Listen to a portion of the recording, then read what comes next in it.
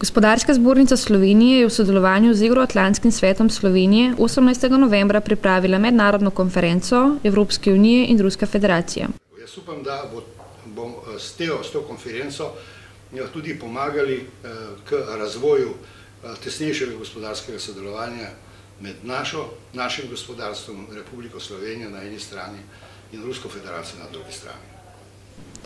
Na konferenci so se udeleženci seznanili s primeri dobrih praks v poslovnem in investicijskem sodelovanju na trgu Ruske federacije in Evropske unije, razpravljali o prihodnosti v sodelovanju med Evropsko unijo in Rusko federacijo ter stanju v pogajanjih za vstop Ruske federacije v OECD in Svetovne trgovinske organizacije ter priložnostih za krepitev poslovnega in investicijskega sodelovanja med Evropsko unijo in Rusko federacijo.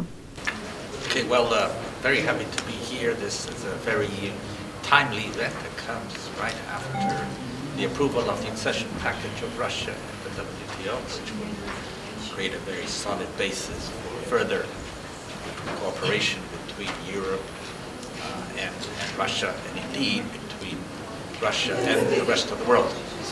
So very happy to be here to contribute to this process of reflection and exchange of views. Kot je poudaril predsednik gospodarske zbornice magister Samo Hribar-Milič, je za slovenska podjetja domači trg premajhen, da bi omogočal optimalno rast, zato morajo slovenska podjetja poslovne priložnosti iskati na tujih trgih. Poslanstvo gospodarske zbornice je, da jim pri tem nudi vso podporo.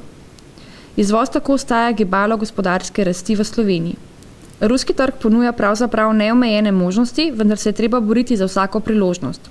Izrazil je upanje, da bo tudi ta konferenca pripomogla k zmanjševanju birokratskih ovir pri gospodarskem sodelovanju med državama. Moram reči, da sem se z veseljem odzval na povabilo, da predstavim svoje izkušnje oziroma izkušnje podjetja Dool, ki ima 15-letno tradicijo delovanja na trgu držav bivše Sovjetske zveze oziroma konkretno tudi Ruske federacije. Pozdravljam take dogodke, ne glede na to, da se je stanje na področju dejavnosti, promocije,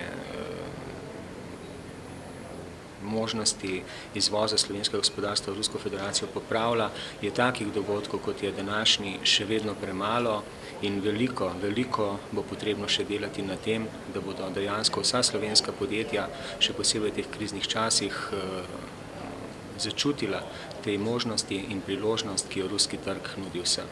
Hvala.